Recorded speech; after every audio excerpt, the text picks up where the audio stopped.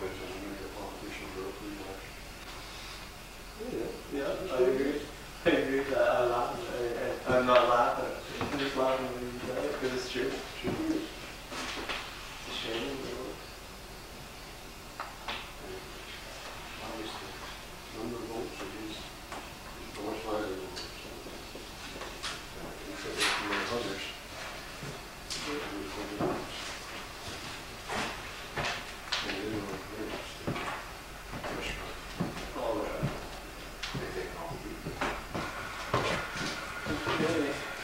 Good evening and welcome to Roche State Park. My name is Rick Bruce. I'm a conservation educator here at the park. This evening we're very fortunate to have with us as our guest speaker, Mr. Lou Kurth. Lou is the District Ranger of Zone B, Region 5 in the Champlain Valley of the New York State Department of Environmental Conservation. Mr. Kurth is a graduate of Paul Smith College. He has worked as a forest ranger for 20 years and has served as a district ranger for 7 years. Mr. Kurth is also the author of the book, Forest Rangers, A History of the New York State Forest Ranger Force. At this time, Mr. Kurth. Thank you. Small crowd, but it's enthusiastic. Well, it's a pleasure to be here with you tonight. I wish it was a little bit cooler. I don't know, is there any way of getting any more ventilation than maybe that door or something? No, I can't do it. Well, we'll do the best we can with it anyway. I kind of got to be a ranger historian here through the back door. As Rick said, it's part of this project here. This book was done for the centennial of the Forest Ranger Force back in 1985. And it wasn't my idea, believe me.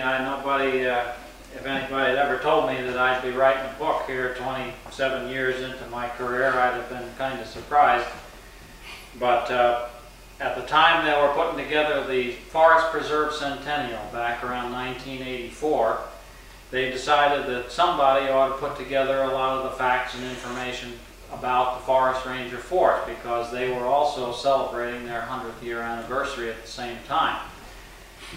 Well, because I was kind of a troublemaker and always writing letters down to Albany and complaining about one thing or another, they said, why don't you get that Kurth guy, maybe he can write this thing. So they called me and they asked me if I could do something with it. And I said, well, I don't know. Never really knew a whole lot about the history of this stuff. Well, they said, put together an outline and send it down. So I worked on, put together some things that I thought ought to be in a book like that. And I wrote it all up nice, had the secretary type it and sent it down to Mr. Van Valkenburg, Norm Van Valkenburg, who was the head of the Division of Lands and Forests at that time. Pretty soon I got a nice letter back from him, and it said, I like your outline, but you only said that it should be about 50 pages long, and I'd like you to write it and make it about 250 pages. Well, that was a real shocker, because I thought what they wanted was a little brochure, and it turned out they wanted a full-blown book. So I ended up being taken off of my regular duties as a district ranger and working pretty much for about a year and a half solid on this book. First, the research necessary to come up with all of the factual parts of it, and then the actual writing. And then if that wasn't bad enough, it had to go down to Albany after the manuscript was prepared, and everybody from the commissioner on down to the janitor down there in Albany had to take a look at it and say whether they approved of it. So it came back, had to be corrected here and changed there. One of the people felt there weren't enough women mentioned, so we had to put some more women in it. And it went on like that. By the time they got all done, the book actually appeared in print in March of 1987. The centennial celebration took place in September of 1985, but it took quite a bit longer to get through all of the red tape and get it finally into print. But to their credit, they made good on their promise to print it, and I was worried for a while that it was just going to end up in a file drawer, so I was happy at least after all that work we got that much out of it. So I'll put this over here, and if anybody wants to take a look at the book, it's there. Also on this table over here, there are a couple of other things. One is a little thing that's kind of a summary of what I'm going to talk about tonight that was written by Ron Landfried for the Lake Placid News back in 1985. There's a fact sheet if you wanted to take one home that highlights some of the dates in Ranger history, what I thought were more important dates.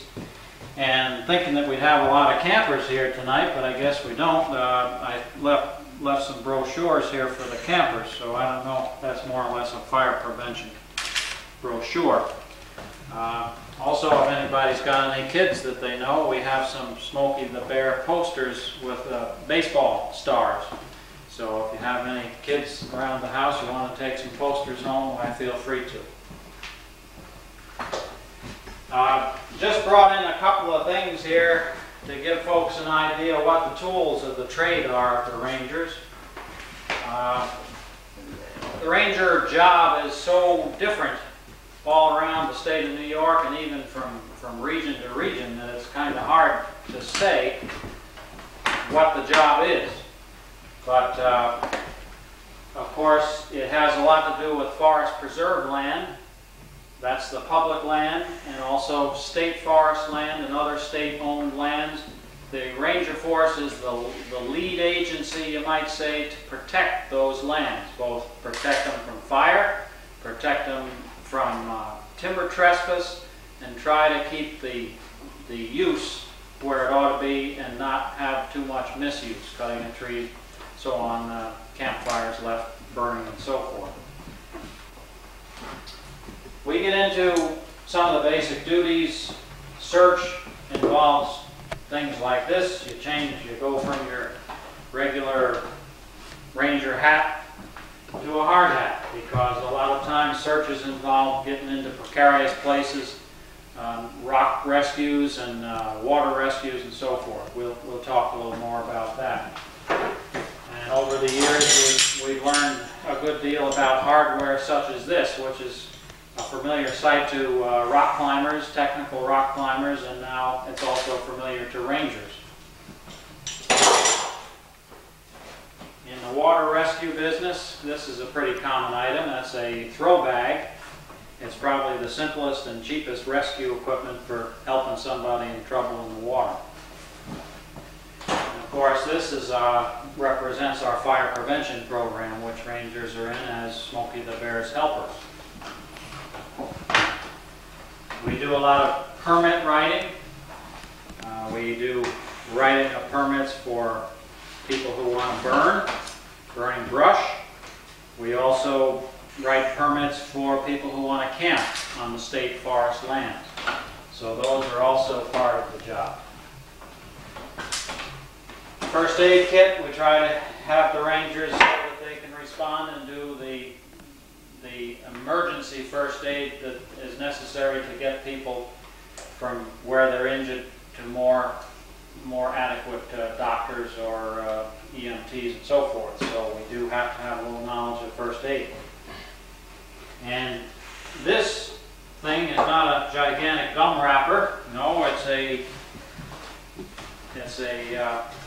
protection tent, you might call it. It's carried by the crews that we send out mostly in the western part of the United States. It's a fire shelter, and it fits, if I hadn't unfolded it so many times, it would fit into a pouch that goes on your belt with your firefighting gear. And because they have some blow-up fire conditions out there, the firefighters have to have these. We do not, as a rule, carry them here in New York State, but when we send crews on these out-of-state fires, and they're working sort of under contract to the Forest Service, they do carry these.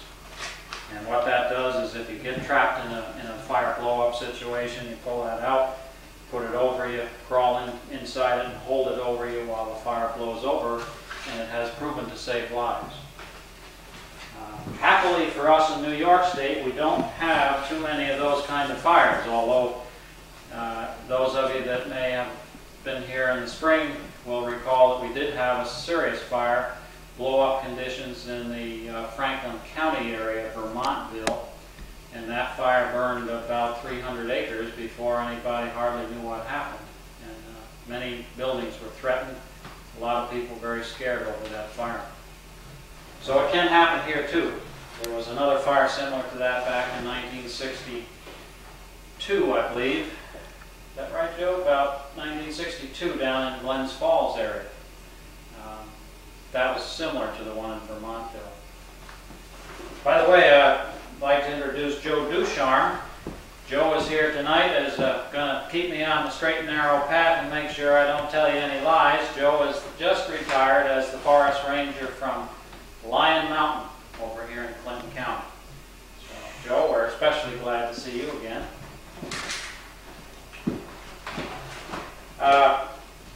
I think that's just a quick rundown, and maybe if anybody has any questions that they want to ask anytime, feel free to.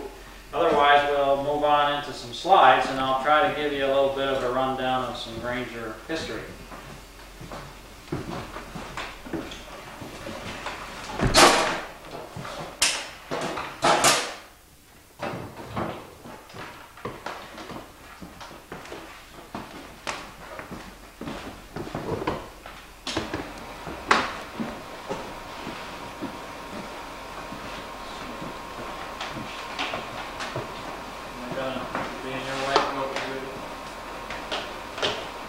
Okay, we start off with the painting that is on the cover of the Ranger History book. This is a painting that hangs in our office down in Albany. It was painted specially for the 100th anniversary of the Ranger Force by Wayne Trim, who is a noted artist who worked for the Department of Environmental Conservation until just recently. I'm not sure who retired first, Joe or Wayne, but they're both retired now. This is a composite picture of a lot of things that sort of typifies what a lot of people think of when they think of the term forest ranger. A guardian of the open spaces, protector of resources, kind of a solitary figure out in the rural landscape. It's called, Wayne gave it a title, it's called Responsibility.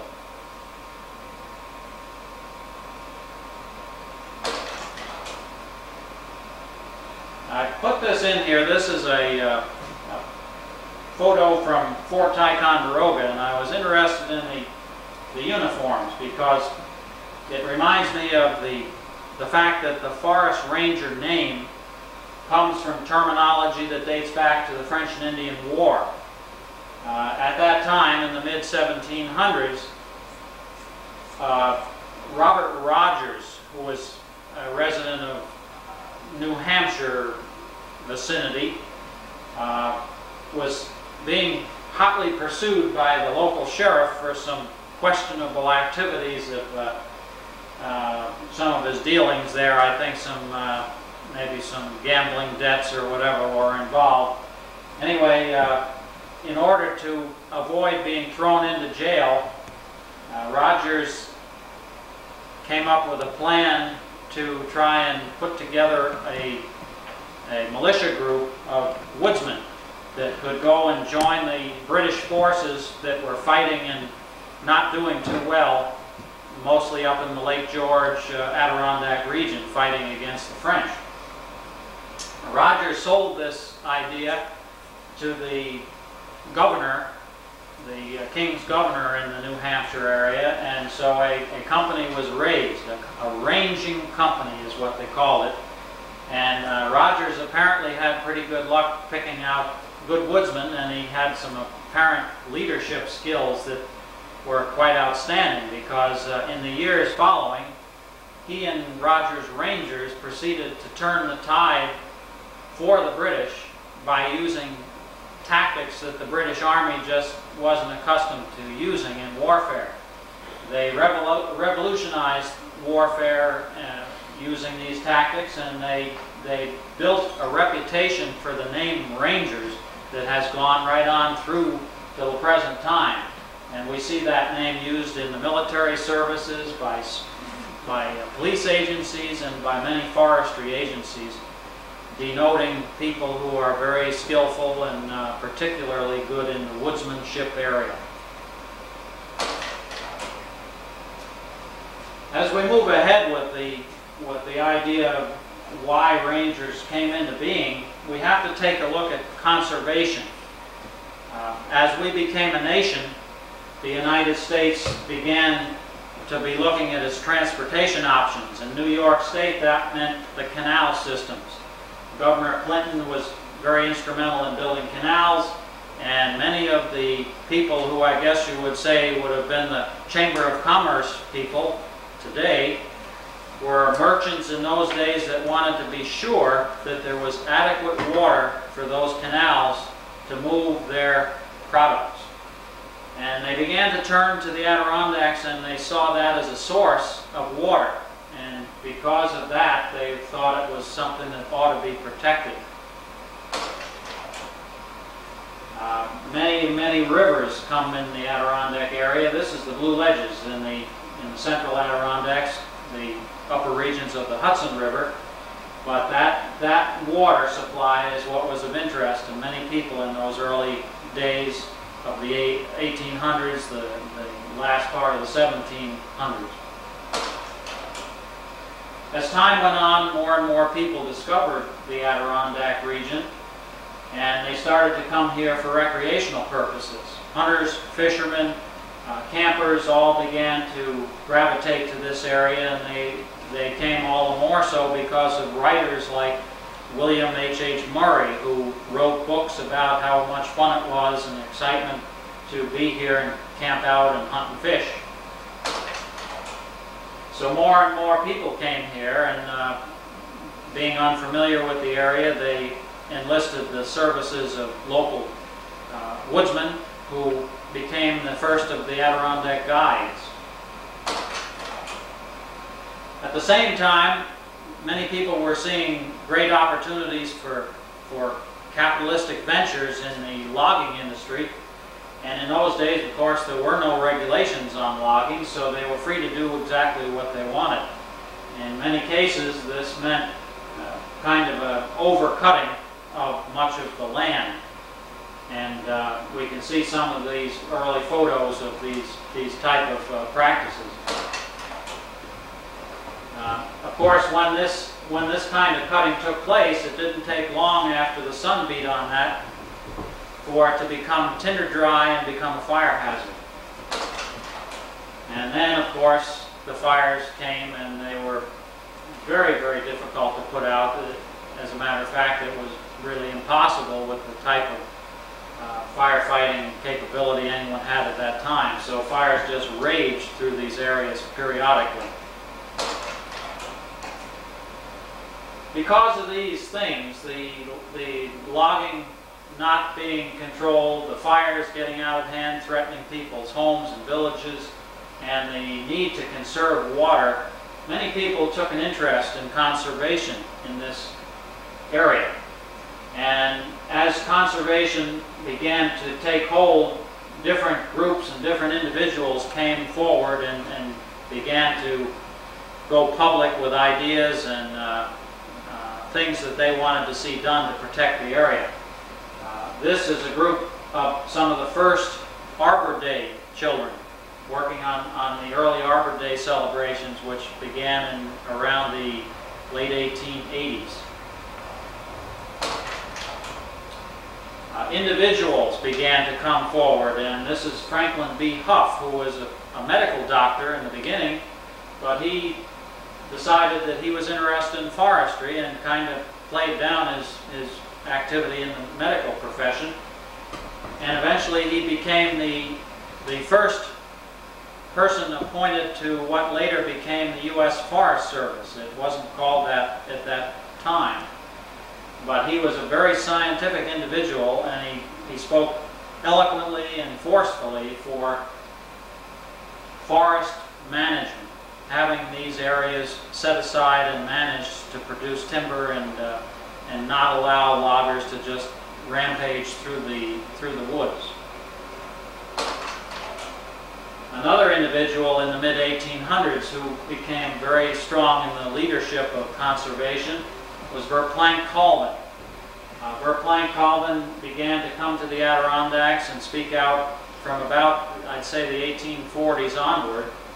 And coming from a family with some means, he got himself appointed as the state's surveyor, and largely at his own personal expense, he surveyed much of the Adirondacks. This shows just an illustration of some of the kinds of things that people imagine for a Plank Colvin survey crew doing. Another person who I think deserves more credit than he receives is Seneca Ray Stoddard. He was a native of Glens Falls and one of the early photographers. And his interest in photography, plus being interested in the Adirondacks and the conservation of the Adirondacks, led him to go all through the Adirondacks taking early glass plate type photographs. And then he took and developed a show and traveled all through New York State, talking to civic groups, church groups, all kinds of people who were influential in their communities, urging them to do something to protect the Adirondacks. And I believe that largely due to his efforts, the legislation that came in the later years in the 1800s was probably passed. 1885 is the year that we speak of as being the major year. It's the first time that significant legislation to protect the Adirondacks was enacted. That same piece of legislation that created the Forest Preserve also created a force of fire wardens who were going to try and protect this area against forest fire. Those are the people who are the rangers of today's ancestors, you might say. So 1885 is a very important year to us in the Ranger Force. As the Forest Preserve was created, this map shows that there were very, very few state land parcels in the beginning. As time went on, of course, we know that bond acts and land acquisition became an objective of the state government, and those green areas gradually grew until today we have almost half of the land inside the Adirondack Park is now owned by the state for the public use. The rest of the land is private ownership. As I said, there was a force of fire wardens created, and their job was to go out and put the fires out. When a fire was detected, reported, these wardens were to go and put the fires out. They were appointed by the state, and they were to be paid by the towns, which of course created problems. They didn't come home to roost until years later, but the seeds were there for problems. One of their other jobs was similar to our Smoky Bear fire prevention program. They were to go around and post fire warnings at times of the year when it was dry. And this is one of the early warnings. This is the kind of firefighting effort that went on back in those early years from 1885 on. There was really very little mechanical firefighting equipment. Shovels, pails, wet gunny sacks was about it. And going to the fire after it had already gotten started was found to be not a especially good way to keep the fire damage down to a minimum. But they continued with that program for a good many years. The superintendent of forests at that time was a man named Colonel William F. Fox. And I consider him to be the father of the Forest Ranger Force. He was a graduate of Union College. He fought in the Civil War, and when he came home he got appointed as superintendent of forests in this new forest commission that had been created in 1885. Actually, there was one man prior to him, but he didn't stay very long. Colonel Fox did stay for a long time. I take it he was a politically savvy person because he lasted through many upheavals and changes in commissions and retained his title. And after some serious fires in 1899, he wrote a report recommending that the legislature create a patrol force of forest rangers. And that is the very first time I can find that term being used. Needless to say, the legislature had their eyes on other things, and they weren't about to spend the money for a patrol force at that point, so things continued the way they were. until 1903. In 1903, they had the worst fire year that they've ever had. And during that year, almost 500,000 acres burned in the Adirondacks. As a result of that, some changes in the fire protection system were made, but not the sweeping changes that Colonel Fox had requested. So again, the fire danger started to get higher, and in 1908, they had another tremendous fire year. 368,000 acres burned in 1908. This time, people got up in arms, and they weren't about to sit still for this any longer, and that December, a meeting was held in Albany by people, hotel owners, lumbermen, people who resided in these areas, and they were demanding action. As you can see, the fires of 1903 and 1908, the same kind of things that we do today, sleeping on the job here. Everybody accuses state workers of sleeping on the job. I guess this would be evidence for them of it. But anybody that's ever fought a forest fire knows that they're pretty wearing, and after you've fought one for a while, you do need a little rest. This fellow was not going to go too far away from his duties, so I give him credit for that. Some of the rich people during those fire years protected their parks. Many of them had thousands of acres of Adirondack land. And the Hassany Park hired fire engines and brought them up on Mr. Webb's own railroad to protect his camp. As I said, the people demanded action, and the man who was in the hot seat at that time was Commissioner James Whipple, who was pictured here. He had to lead the charge. He had to convince the legislature that these reforms had to take place, and he did it. 1908, they came up with a series of legislative proposals, and the legislature in 1909 passed most of them. Among the important things that happened were the passage of a fire detection system, creation of a system, I should say, where fire towers were approved to be built on all of the prominent mountains so that they could put observers in these towers.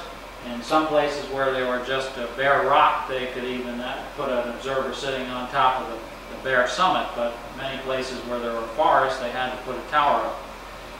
Now, these were authorized, and it never occurred to me that this had to have a direct link to the development, the invention of the telephone. Of course, we had no two-way radios in 1909, and it wouldn't have done any good whatsoever to have an observer up on a fire tower if there wasn't a way that he could communicate to someone down in the valley that could go and put the fire out. So all of a sudden it dawned on me that this all hinged on the invention of the telephone, and that suddenly made these kind of detection efforts possible.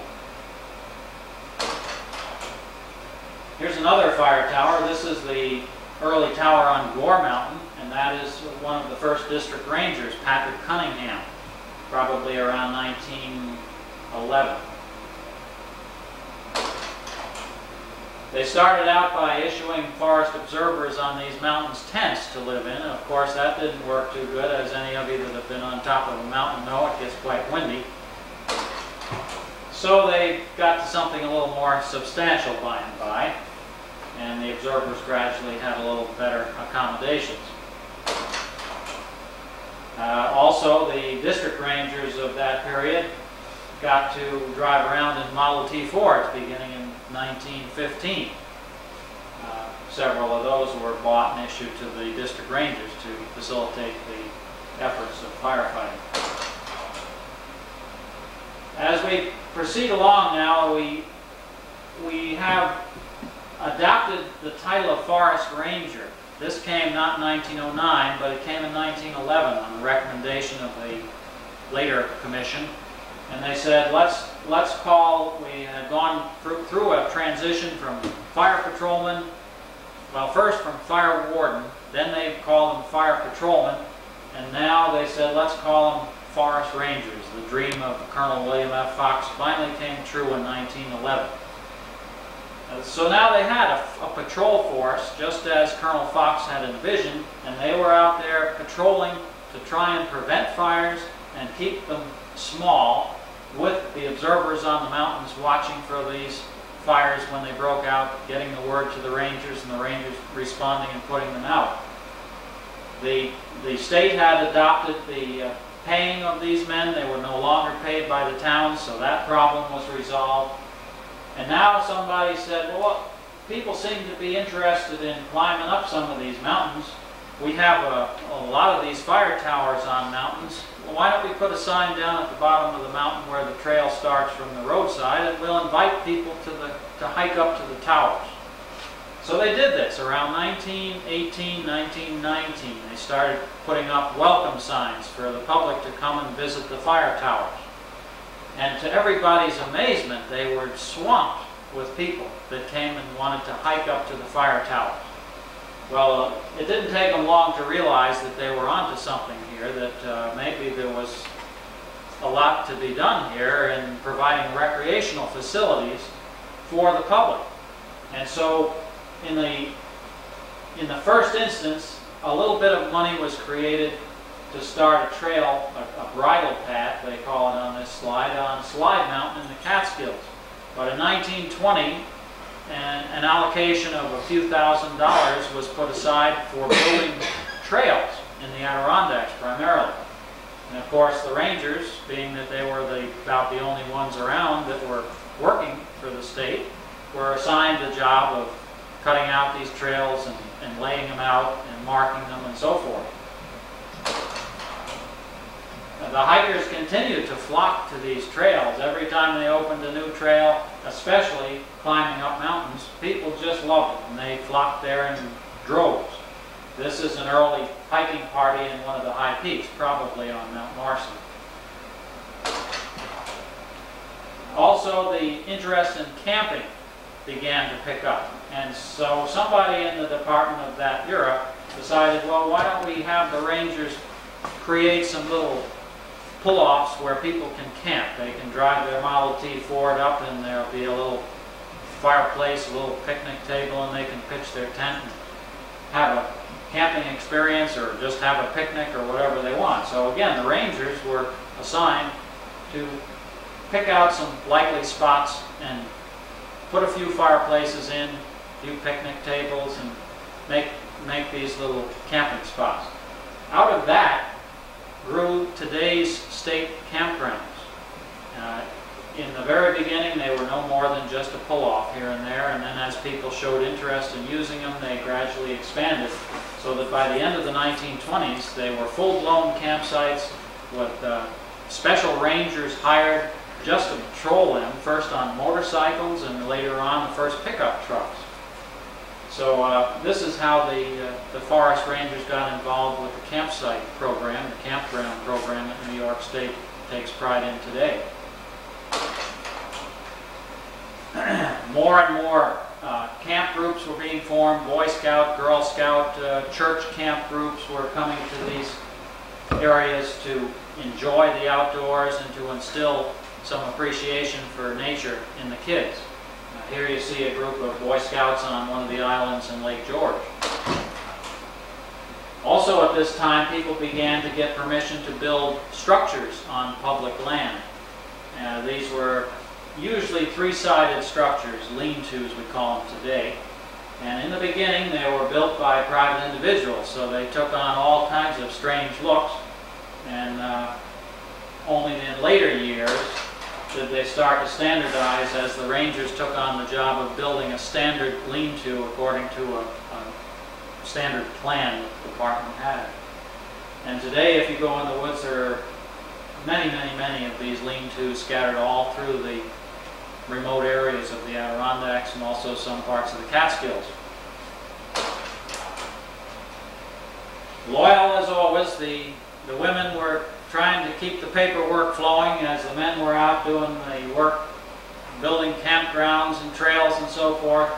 There was a staff with the latest office equipment in Albany processing the papers, and they did such a good job that today I think we do mostly paper processing and less of the work in the woods. Seems that way sometimes anyway. But this is a glimpse of what it must have been like to work as one of the secretaries back in those years. As time went on, the fire towers became a little more refined, and we began to have these steel towers. And one of the forest rangers up in this area, Albert Tebow, over in Owl's Head, was kind of the lead person to go around the state and work with the local rangers in putting these towers up on all of the different mountains. A lot of that work was done in the 1920s. Also, the 1920s was a time when many more inventions were being developed and specialized equipment was being brought out for firefighting. I've often thought that it must have been probably one of the most fun times to be a ranger back in the 1920s, because there was a good deal of excitement about all of these developments and new technology coming in, and it just must have really been fun to be a ranger at that time. Some of you may recognize these. I think Joe will recognize a few of these implements. They haven't changed too much, the hand tools at least. They used to boast in some of the early literature about portable pumps so light that it took only 2 men to carry them. And this is one of those pumps. Nowadays we have much lighter pumps, and we still think they're heavy. This is one of the early slip-on units. Rangers are familiar with slip-on units. It's a tank for storing water, a reel of hose on the top, and a pump to pump the water. And that got its start with a rig like this that was created down on Long Island, which, by the way, was one of the hottest areas for fires back in the early days. 2 barrels of water and some linen hose and one of those lightweight pumps, and they had themselves the first slip-on unit. Time went on, and trucks progressed and got better and better. As you can see, this one had a pump mounted in the front, worked off at power takeoff, and the Indian tanks, backpack pumps on the back that people could put on their backs to go fight fires. And these kind of developments continued right up through till recent years. Forest Rangers got their first uniforms in 1927, and they continued to wear those puttees, the leggings that you see pictured there over the top of the shoes, until probably what, Joe, about 52 or 3. 1952 or 3. So they're pretty much the uniform right up through the years. The first aircraft was bought by the Conservation Department in 1931. This was a fleet biplane, and it was bought on the justification of using it for forest fires. Fire observation, I guess, would be the technical way of putting it. That plane, by the way, has just been reacquired by the State Museum in Albany, so they plan to put it on display down there. I'm not sure if it is on display yet, but it probably will be in the near future. The Civilian Conservation Corps came in during the 1930s, and they had a very large role in providing manpower to the forest rangers to fight forest fires back in the 1930s, all through that decade until they were disbanded in 1942, I believe. Here you see a couple of the CCC boys who were put on guard duty at one of the fire truck trails to prevent traffic from driving their cars back in on the fire truck trails, which were only for firefighting vehicles. In 1935, they celebrated the 50th anniversary of the Forest Preserve, and on hand for that event at Lake Placid in front of the high school, you see Franklin D. Roosevelt, who had just become President of the United States, but who had been intimately involved with this whole idea of conservation, and he came back and made one of the keynote speeches for the celebration on the 50th anniversary. During the 1930s, the Rangers, the the image of the ranger as a woodsman was typified by this man, who was a forest ranger in at Lake Colden. His name was Clinton West. And Clint West was a legend almost, and his son went on to be a forest ranger, and his grandsons also worked for the conservation department. They did not become rangers, but there's quite a family tradition there. Notice the patch on Clint's sleeve. That was the earlier patch as opposed to the one that I have on my sleeve, which is a little fancier than it was back in those years. And these rangers developed this tradition that we are kind of proud to be able to claim in today's ranger force, of being good woodsmen and able to get around in the woods, handle just about anything that came their way. And a trail like this was no stranger, to be sure, for anybody like Clint West. After the war started, they began to recruit women to work in the fire towers because of the shortage of manpower due to the war. So this was when women began to get a little bit of a foothold in some of the jobs that had before that always been given to men. Also during World War II, the Smokey the Bear program started up, and it began first as an effort to keep sabotage from burning down America's forest resources. They were very afraid that saboteurs would set the forest fires, and they came up with a campaign to get people interested in this using an animated bear. That became Smokey the Bear, and in time he developed a very appealing character that children grew to love. And today they say that Smokey the Bear has higher recognition among many of the people of the United States than most of the politicians and actors and actresses and just about everybody else. In the 1940s, there was a hermit in the Cold River area by the name of Noah John Rondo. Some of you may remember that. There's been a book written about Noah John by Maitland DeSormo. And here you see Noah John at his town hall, he called it, his quarters in at the Cold River, being visited by Bill Petty, who was a district ranger at that time and went on to become a regional director later on when the department grew and became the Environmental Conservation Department. In 1951, there was a tremendous blowdown, and large areas of timber were just knocked right down by the aftermath of a hurricane that blew through. And this resulted in the closing of the woods for several years. The fear was that this would dry out and be similar to what it had been back in 1903 and 1908, causing tremendous forest fires. So to try and diffuse that situation, they let contracts for lumbering on the forest preserve for this special situation. Normally there would be no logging allowed on forest preserve land, but in this case, to protect the forest and keep the fire danger down, they allowed logging. It seemed to have worked. The number of fires was kept fairly small.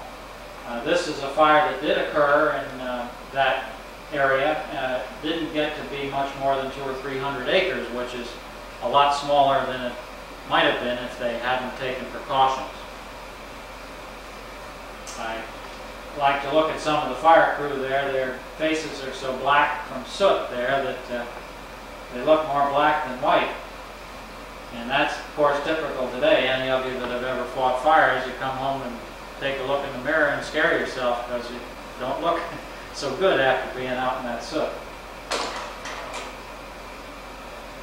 Fires continued to be the primary reason for being for forest rangers in New York State on up through the 1950s, 1960s, and fires can get to be quite difficult at times. Luckily, as we said before, there aren't that many fires that are very, very large in blow-up conditions, but they do happen occasionally.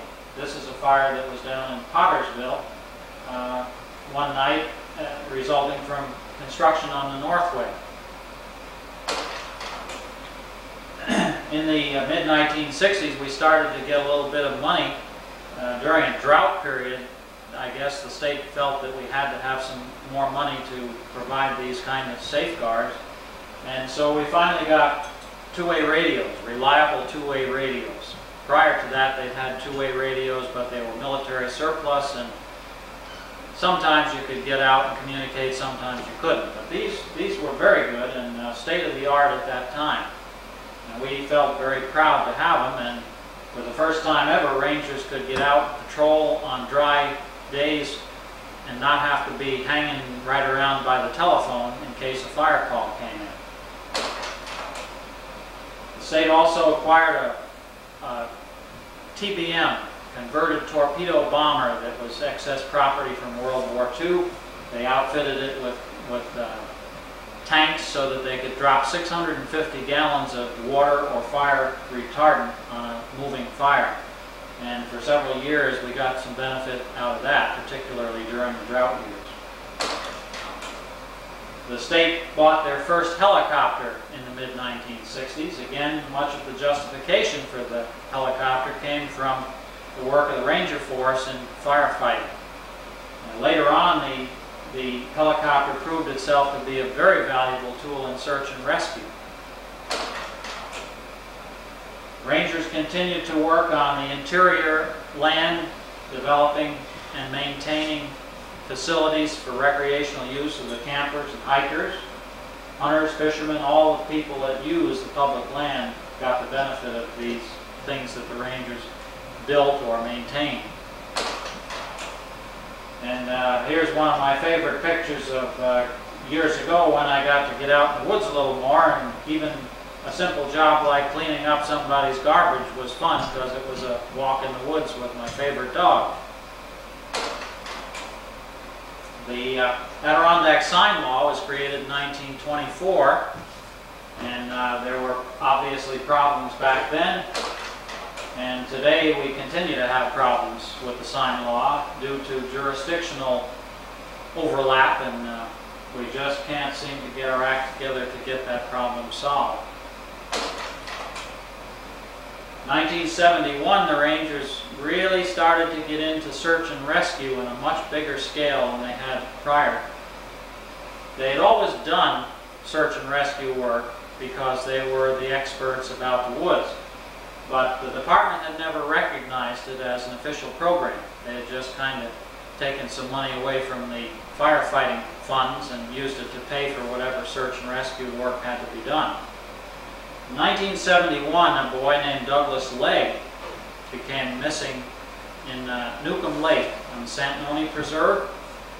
And 8-year-old Dougie was never found, but the search that went on for him was tremendous, beyond anything that we've ever seen up to that point in New York State. And because he came from an influential family, the family put pressure on Governor Rockefeller to do a better job of providing search and rescue for people in trouble in New York State. Governor Rockefeller then told Henry Diamond, his Commissioner of Conservation, to upgrade the search and rescue program.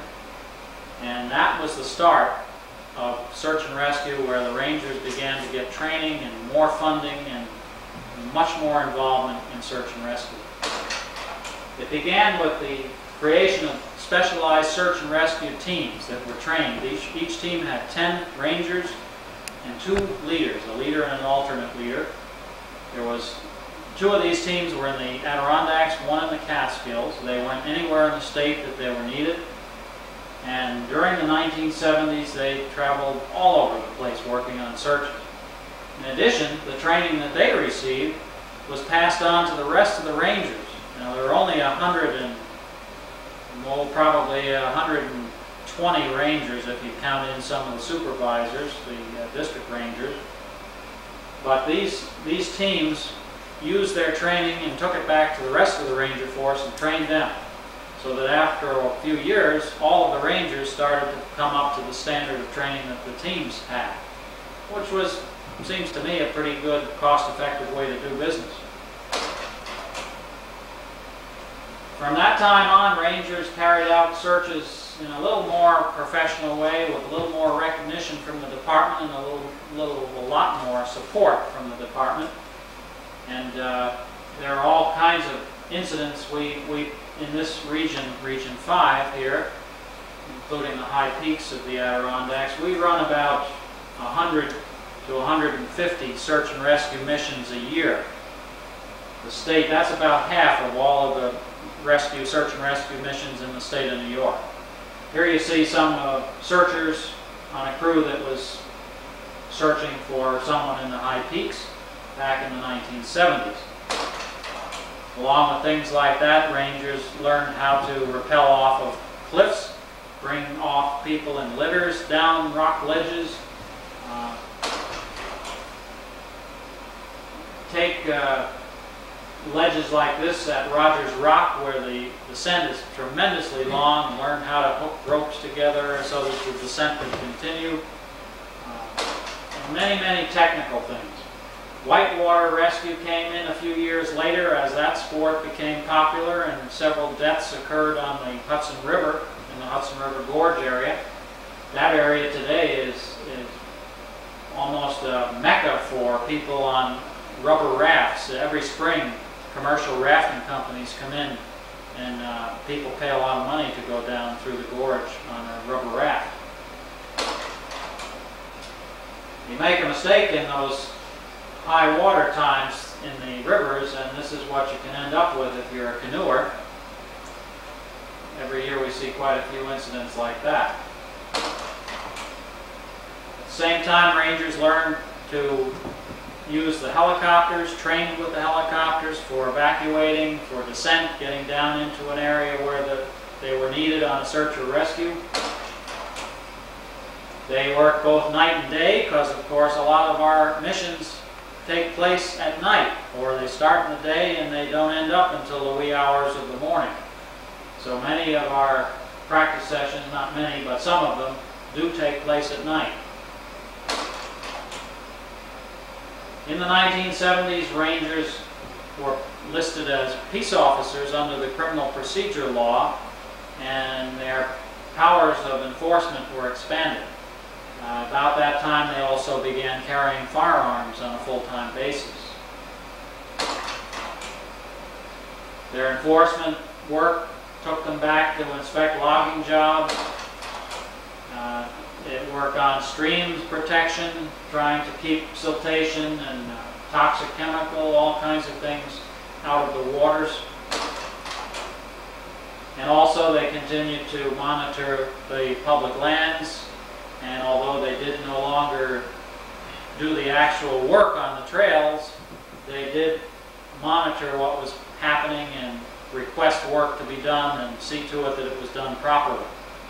And some rangers, even to this day, like to get in the woods even though they're not supposed to and do a little trail work because it's fun. Many, many more environmental concerns began to come to our eyes as we started to get into the late 70s. PCBs was one of them. The first Earth Day came in 1970, and rangers helped out with that, as they did with any of the public events that they could help the community with. Their mission to help people have a good time, recreational facility-wise, all seasons, all times of the year, all kinds of recreational uses continued.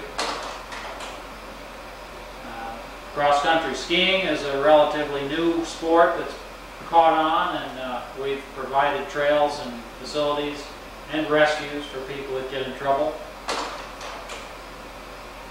As we come through this time period, people became more concerned about the future of the Adirondack Park, and that brought quite a controversy to people up here in the North Country, which, as all of you should know, is continuing right to the present time. It began with concern over these mountains and the desire to see them protected and not overdeveloped, and that in turn led to a proposal for the Adirondacks to be made into a national park. Lawrence Rockefeller proposed this in the late 1960s, and it raised such an opposition among New Yorkers that it was quickly dropped. But Lawrence Rockefeller's brother Nelson created the Adirondack Park Agency because he agreed that something needed to be done, but he felt that the people clearly did not want a national park, so they had to provide an alternative. Got to switch trays here, and then we'll finish this up. Let's see.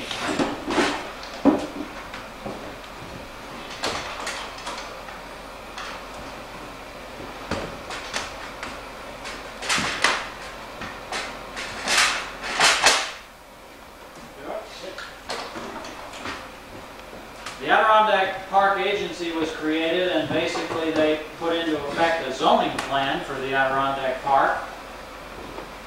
And this was intended to control development. Their idea was that they wanted to have development look nice, be appropriate to the Adirondack Park, and not to take anything away from it or detract from it. Our villages, our towns, our cultural heritage, history, they wanted to preserve all of that, and at the same time they wanted to protect the natural things as well, the country roads, the natural scenery. Rangers, of course, continued to do their job. Even though an Adirondack Park Agency was created and these things were happening, there was still a need for rangers to be out there helping people to understand about the park, and so rangers continued to do that job on a one-to-one basis, or talking to groups, or any way that they were able to. Today, this type of work continues. Many hours are spent each year with rangers participating in conservation field days for our local boys and girls in the 6th grades usually. And basically the idea is to educate and try to help people to understand how to live in these areas and help protect them so that we can keep these areas for future generations. And we want to protect the big things, the mountains. We want to protect the small things, right down to the flowers. And we got to 1985, and it was our pleasure to celebrate 100 years.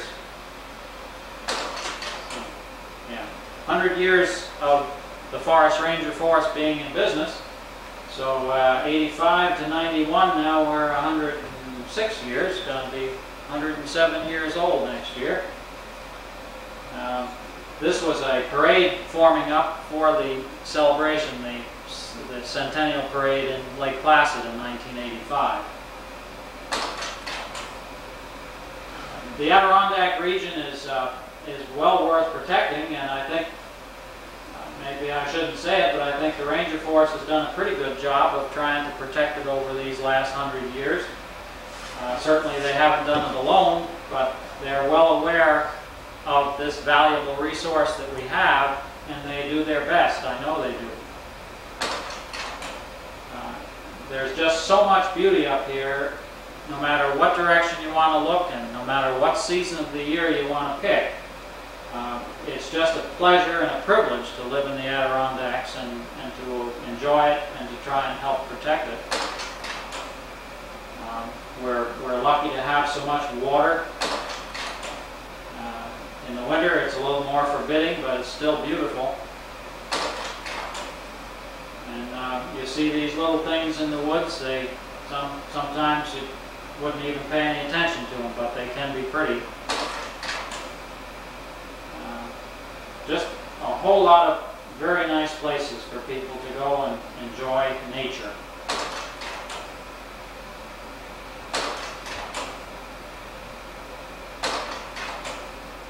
And so we come to the end of the day, the end of the show, and I hope that you all enjoyed it. It's a little bit of a story of the Ranger Force and some pretty pictures to close out with to remind you what a nice Adirondacks we all have.